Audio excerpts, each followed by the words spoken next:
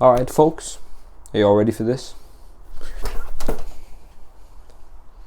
Never claimed to be a basketball player. Let's get into it.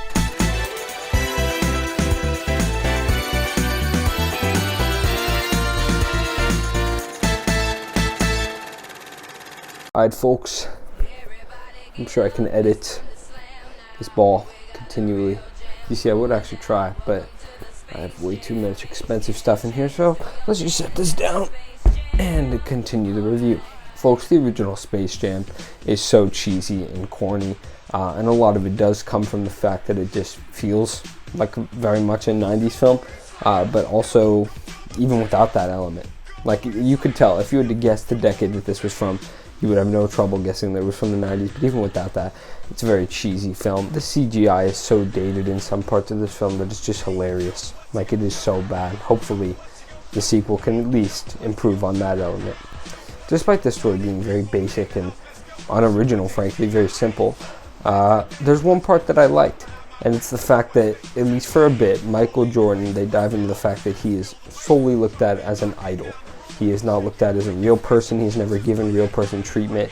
And that is, for the beginning, that's kind of a huge part of it. And then it never goes anywhere else. They don't use it to any effect for the story to humanize him anymore. It's not interesting. They just use it almost as sort of a joke. I wouldn't know. Maybe they had a plan to do it and it just got scrapped. But it would have enhanced the film a lot if they had actually gone through with a storyline following that track. There is no attempt whatsoever to explain why MJ and the Toons exist in the same world. Okay, sure. Nearly all of the comedy is slapstick. Some of it is okay, like classic Looney Tunes stuff. Most of it sucks. And then the comedy that isn't slapstick is actually kind of funny at parts. You know, Bill Murray, pretty much every scene he's in is funny. But yeah, you're not watching this film for the comedy. The film is obviously a kid's movie, so regardless of what I think about it or what anyone else thinks about it, it achieved its goal. It made a ton of money. There's a sequel coming out, which is why I'm reviewing it in the first place. So, can I give it too much crap for that? I don't know. They don't care, surely, about what I have to say. Some of the scenes, my last thought, is that even in this 1.5 hour runtime, just do not belong here. Like, the scene of particularly Daffy Duck and Bugs going to Michael Jordan's house, entirely comedy, entirely useless, a complete waste of time. There are some scenes in this film that are okay, that I like a bit, but my cut of this film would be 45 minutes to an hour. It would be like a short film. Whatever.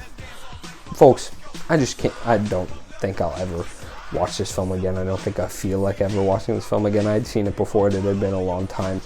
Basketball isn't my favorite sport, but if I want to watch basketball, I'll watch basketball.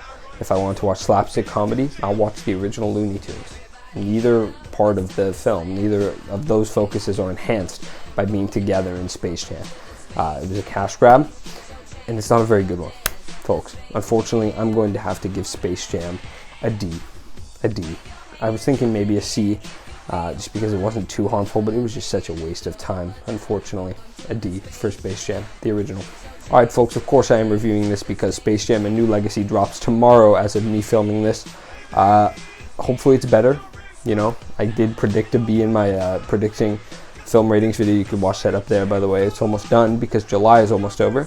But hopefully at least a positive rating. After this one, I'm not so sure. Alright, folks, I've been EDP's Reviews. You've been amazing. Let me know your thoughts about the original Space Jam. People like this one. Am I crazy? Probably. I'll see you in the next video. Bye-bye.